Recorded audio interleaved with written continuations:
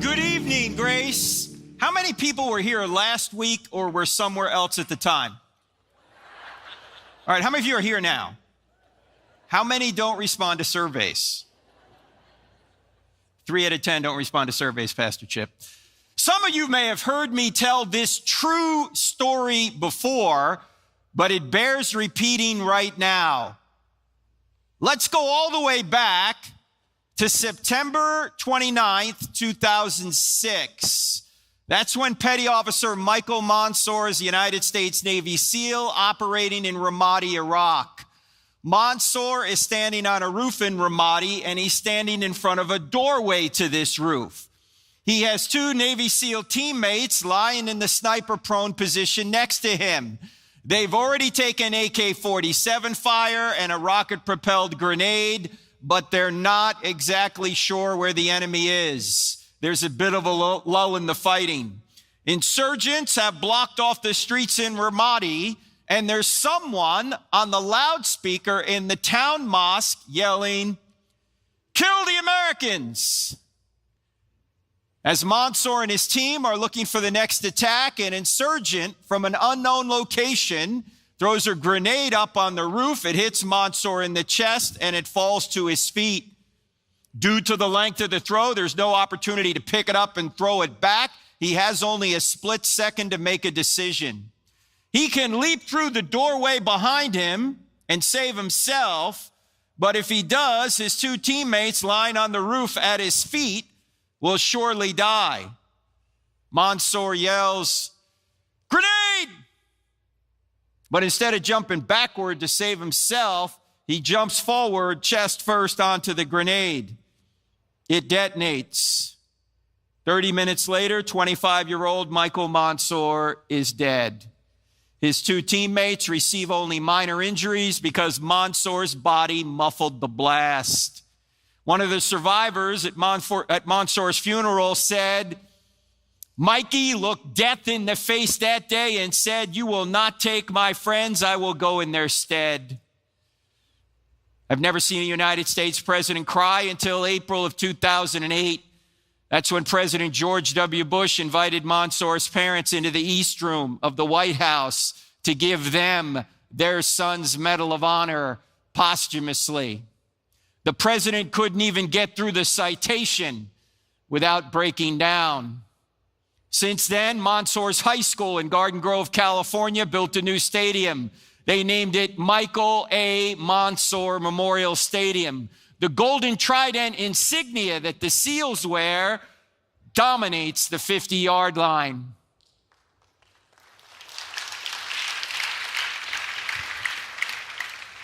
January 2019, San Diego, California, North Island to be specific, the United States Navy commissioned the USS Michael Mansour, the newest guided missile destroyer in the fleet, Zumwalt class. This is Mansour's mother, Sally, being escorted onto the ship named in honor of her fallen son. Now, why did they do this? Because Michael Mansour literally sacrificed himself to save his friends. There's no greater love than to sacrifice yourself to save your friends, said Jesus of Nazareth before he went to the cross. Michael Mansour sacrificed himself to save his friends. The question is, would anyone sacrifice himself to save you? And the answer is, someone already has. His name is Jesus of Nazareth. But in today's culture, a lot of people don't think this story's true. They think it's invented. After all, these are religious people. They embellished this, didn't they? And by the way, it's got miracles in it, like a resurrection. How can you believe in such a thing like a resurrection? We don't see miracles anymore.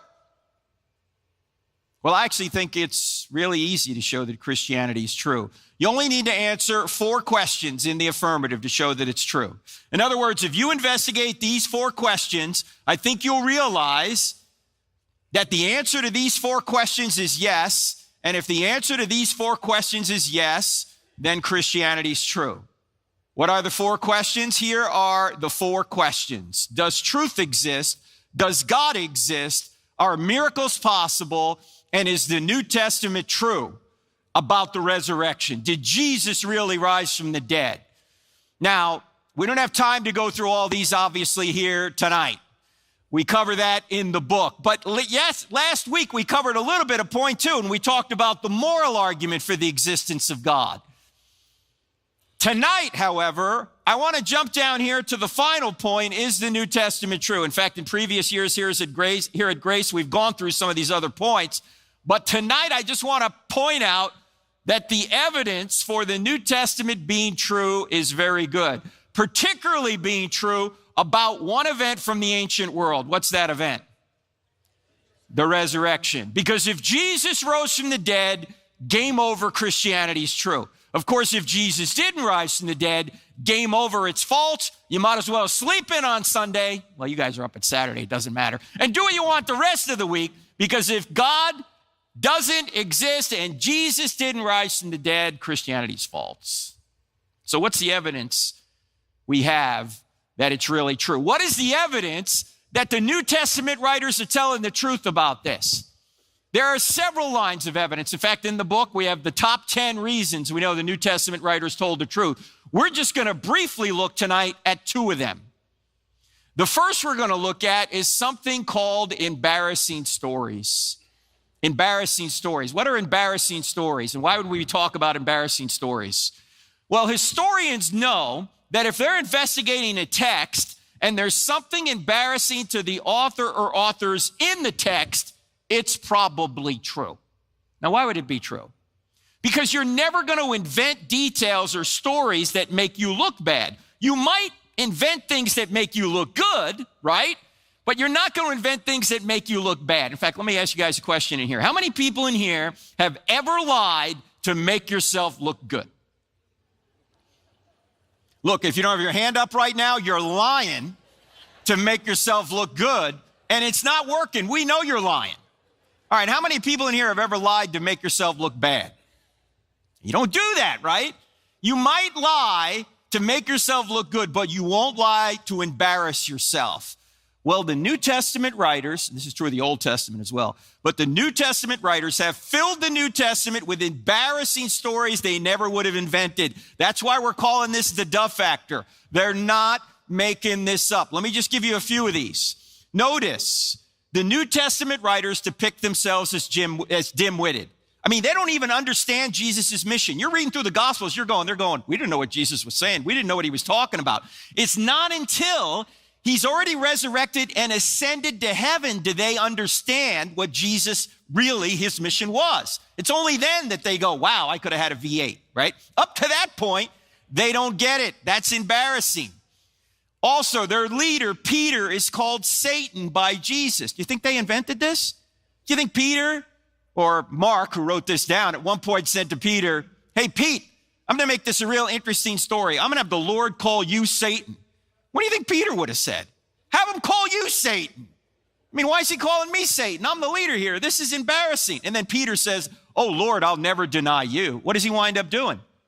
He denies him 3 times.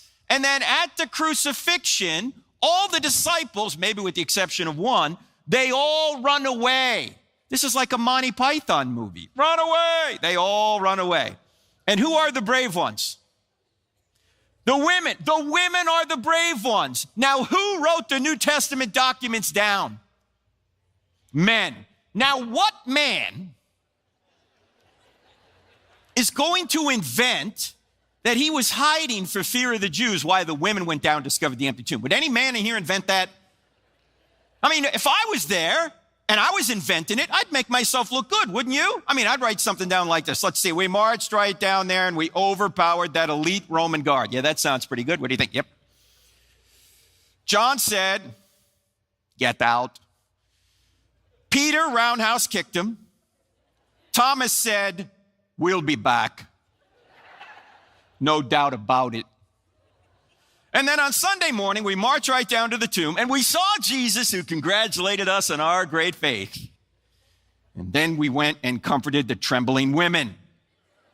I would never say it was Mr. Sissy Pants why the women went down and discovered the empty tomb. And oh, by the way, why would you never have the women be the first witnesses in that culture?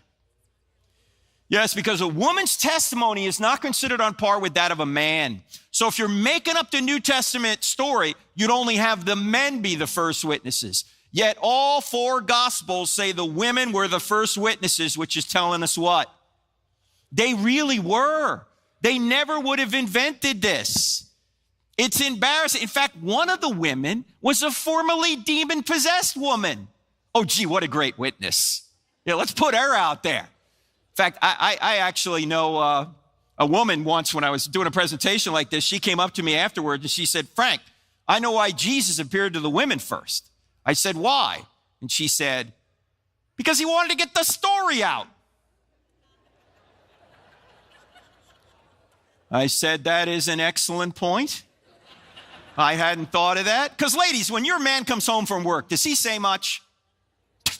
There could have been a nuclear explosion down at the plant. He's not going to tell you. You'll see it on the news before you hear it from him. You'll be watching the news going, hey, hon, what? Oh, yeah, I forgot to tell you the nuke blew up. I've been hot for 3 days. What's for dinner? He's not going to tell you. I can't even believe this next verse is in the New Testament, but it is. Do you know the end of the Gospel of Matthew? This is where Jesus is giving the Great Commission. This is the reason Grace Community Church and all churches exist. Go therefore, make disciples of all nations. Notice he doesn't say make believers. He says make disciples. There's a difference, right? And he says, go therefore, make disciples of all nations, and lo, I'm with you always, even to the end of the age, baptize in the name of the Father, Son, and Holy Spirit, amen. He's given them their marching orders. And as he's doing this, it says right in the text in verse 17 about the disciples, it says, some believed, but some doubted. What? He's standing resurrected right in front of them. And some of them appear to be doubting. It says it right in the text. It's like they're standing there going, you see that guy over there? Yeah. That guy over there is Jesus. Oh, no, it can't be Jesus. He was just killed not long ago. No, I'm telling you, it's him. Look, Jesus is dead. It can't be him. It's him. The Romans killed him. They put his spear in his side. Blood and water came out after whipping him and nailing him to a cross. That guy's dead. I'm telling you, it's him. It can't be. It is. How do you know? The women told me. Yeah. They're not making this up. There's even potentially embarrassing details about Jesus in the text. Notice Jesus is called a drunkard. He's called demon-possessed. You think they invented this? He has his feet wiped with the hair of a prostitute, which easily could have been seen as a sexual advance. And oh, by the way, there are two prostitutes in Jesus' bloodline. Who are they? Rahab and Tamar. She's playing a prostitute anyway. Do you think that they invented this? This is embarrassing. This is the Messiah's bloodline. Do you think when Matthew and Luke were recording the genealogies, they went to one another and said, you know what? I really think we ought to spice up the Messiah's bloodline a little bit. Let's put a couple of prostitutes in there. Rahab. No. In fact, there's a lot of shady people in the bloodline. Judah, from where we get the term Jew from, Jesus from the tribe of Judah, not a good guy. Read about him in Genesis.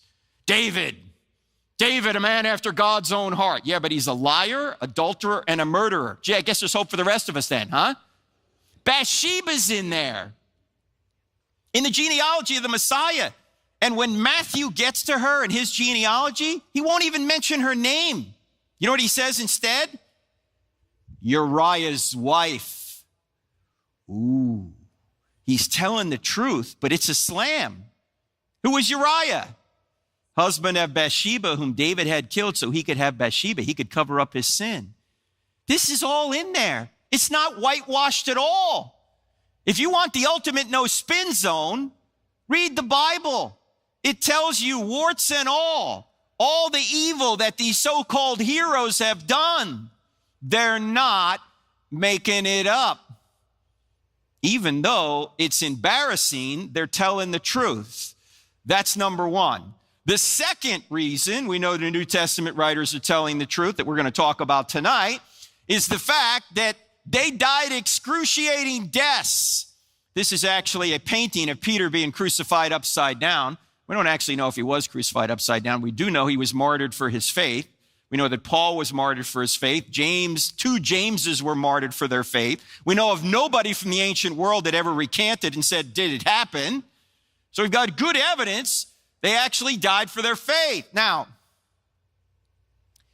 it's really important to understand that when you look at the New Testament writers, all of the New Testament writers, with the exception of Luke, all of the New Testament writers were Yahweh-believing Jews who thought they were God's chosen people. They didn't think a man could claim to be God. That would be blasphemy. They didn't think someone would resurrect in the middle of time. They thought someone would all resurrect at the end of time, according to Daniel 12. But they didn't think someone could claim to be God and resurrect in the middle of time. This is completely against their worldview. But somehow, they change their 2,000-plus-year-old religion almost overnight. Why did they do this?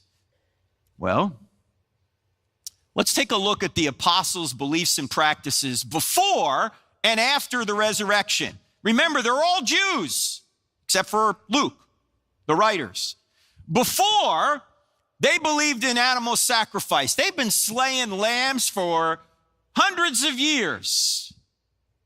And then suddenly Jesus comes along and they say, we don't need to slay these lambs anymore because here's the Lamb of God who takes away the sins of the world. All these lambs are just symbols of the Lamb who is now arrived.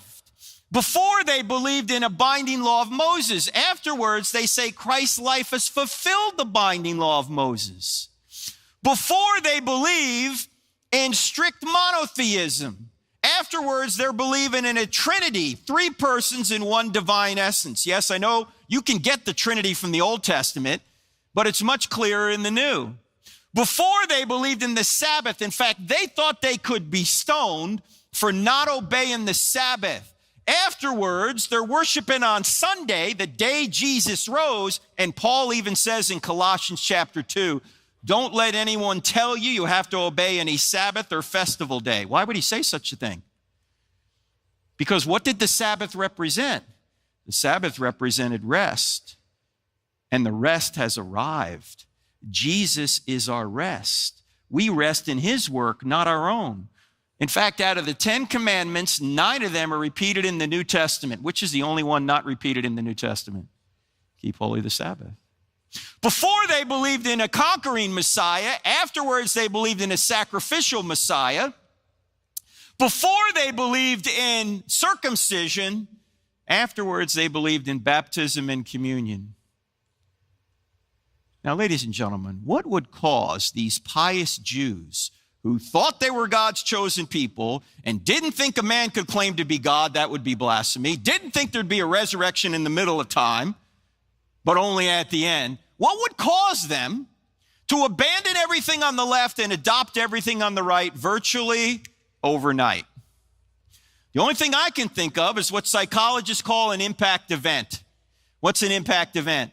An impact event is an event that occurs in your life that is so impactful, so dramatic, that it can turn your worldview around 180 degrees. Some impact events are so dramatic that you'll remember what happened at that event, even if it was 10, 30, 40, 50, maybe even 60 years ago if you're old enough. You might not remember what you had for breakfast this morning, but you'll remember an impact event that occurred that long ago. In fact, let me give you an example of this. There's probably only a few of you in this room that can answer this question, but I'm going to ask it anyway. If you can remember where you were on November 22nd, 1963, raise your hand and hold it up high. Ladies and gentlemen, look around these. You see these hands up? These people with their hands up? These people are very old. Okay? November 22nd, 1963 is my earliest memory. I was 2 years old and 2 days. Yes, I'm 60 years old now. I know. I don't look a day over 59. In fact, when I turned 50, my wife was very encouraging. She said, honey, you're going to live to be 100. I said, how do you know? She said, because you look half dead already. Anyway, I'm 2 years old and 2 days. I'm standing in the living room at our home in Wanamassett, New Jersey, and my mother is sitting on an ottoman in front of a black and white TV, weeping uncontrollably. Mommy, what's the matter? What's the matter? They killed the president. They killed the president. President Kennedy assassinated that day. I can still see my mother right now in my mind when she was 26 years old. I can see her sitting there right now. She's 84 today. In fact, I just left her a few hours ago. She lives down in Fort Myers. She's 84. But I can see her when she was 26. That's my earliest memory. I don't remember anything before that and very little after that. Where were you when the second plane hit the tower? I was at my home office in Weddington, North Carolina, where I live, and I had the TV on behind me. I had seen the first tower had been hit. I didn't know by what. And I was talking to a pastor on the phone on the north side of Charlotte, North Carolina. And we were talking about what topic I would speak on when I came to his church. And I said, you got the TV on? He goes, yeah. I said, maybe a Cessna hit the World Trade Tower. And we're just talking, and suddenly he screams into the phone. He goes, the second tower just got hit. I turn around, look at the TV, the second tower's on fire. I said, was it a Cessna? He goes, no. It was a big plane. It was like a United plane. It was a passenger plane. I said, you saw that? He goes, it was just on live TV. I said, wait a minute. Look, let me call you back. I hung up the phone, and for some reason that morning I had CNN on, and I'm not making this up. But the commentator on CNN said this: one has to think there's some sort of navigational error here. I said, navigational error? You doofus. This is the clearest day in the history of the Big Apple. You think pilots can't see where they're going? You think Stevie Wonder's flying these planes? I mean, come on. This is terrorism. I picked up the phone the next day. I called that pastor back. I said, we're going to come to your church and talk about Islam, because that's what this is related to. Now, 9/11 was over 20 years ago, and those of you who are old enough can remember something about that day. But if I ask you where you were 20 days ago, most of you are going to get out your iPhone and go, I don't know, what was I doing that day? I don't know. Why can you remember something from 20 years ago, but not 20 days ago? No impact event 20 days ago, impact event 20 years ago. Do you think a resurrection would have been an impact event? Do you think if this guy really walked out of the tomb and then taught them for 40 days and did miracles, they would have remembered that? Do you think they would have had any trouble remembering what he said or what he did or what his mission was if that really happened?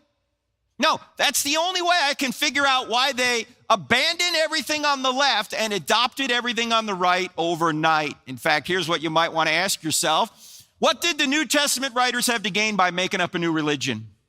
What did they have to gain? What did they get out of this? They got beaten, tortured, and killed. Last time I checked, that was not a list of perks. We're going to start a new religion. We are? Yeah. What's it going to get us? First we get kicked out of the synagogue, then beaten, tortured, and killed. Well, sign me up. What a great idea. Why haven't we thought of this earlier? In fact, they had every motive to say the resurrection did not happen, not every motive to say it did. I get this question a lot. Maybe you do if you're a Christian. Are there any non-Christian writers that talk about Jesus and the apostles? Yeah, there are. They're all in chapter 9 of the book, I Don't Have Enough Faith to Be an Atheist. Okay, you can read about them if you want. But you know what is often underneath that question? An illicit assumption. Here's the illicit assumption. You really can't trust the New Testament writers because you see, these people were religious, and we know religious people tend to embellish things. They make things up. You only need to look at the secular sources to figure out what really happened. Well, if you think about that for more than 5 seconds, you realize how silly that assumption is. What did these people have to gain by saying it was true? Nothing. They had everything to lose temporally. In fact, you may have heard of my friend J. Warner Wallace. He's a cold case homicide detective. He's been on Dateline more than any other homicide detective in the nation because he solves homicides that are decades old. And he's taken his own skill as a homicide detective to investigate the greatest homicide of all time, the homicide of Jesus. He wrote a book called Cold Case Christianity and several other books.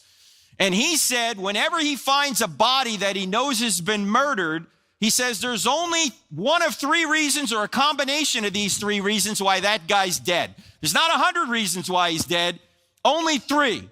He says there was either a sex issue, a money issue, or a power issue. Sex, money, power. Those are the three motivators that can motivate people to murder. In fact, they're the same three motivators that can motivate any of us to sin. Why? Because sex, money, and power are good things, but they're so good, sometimes we'll take shortcuts to get them. And so Jim says, if you want to say that the New Testament writers invented the resurrection story, then what you need to figure out is, did they have a sex, money, or power motive? Ladies and gentlemen, did the New Testament writers get real popular with the ladies for saying Jesus had resurrected from the dead? No. Did they get money? No, they weren't 21st century prosperity gospel preachers. Did they get power? No, they got exactly the opposite. They got persecuted. Paul had power when he was persecuting the church. As soon as he starts becoming a Christian, he's the one persecuted. No, none of the motivators are here for this to be a grand conspiracy. In fact, why would they then die for a known lie? Now you might say, wait a minute, Frank. If you're going to say that martyrdom proves Christianity, don't you have to say that martyrdom proves Islam? No. Why?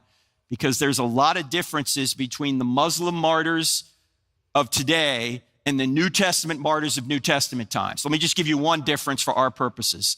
The Muslim martyrs haven't witnessed anything that tells them that Islam is true. They just have faith. But the New Testament martyrs saw Jesus rise from the dead. They touched Jesus. They ate with Jesus.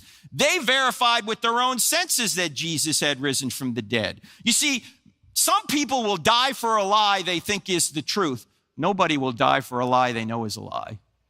And the New Testament martyrs were in a position to know whether it was a lie or not, and they went to their deaths anyway. You can't get better evidence than that unless you were there yourself.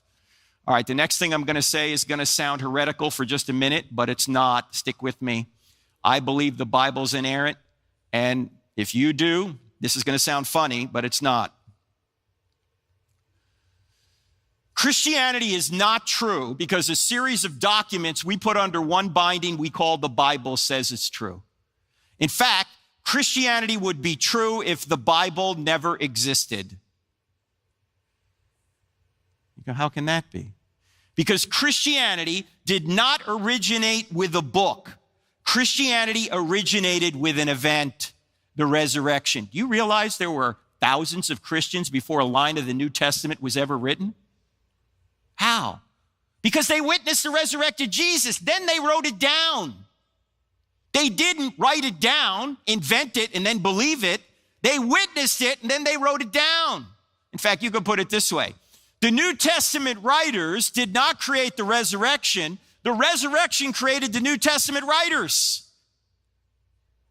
There would be no New Testament documents written by Jews in the first century if Jesus hadn't risen from the dead.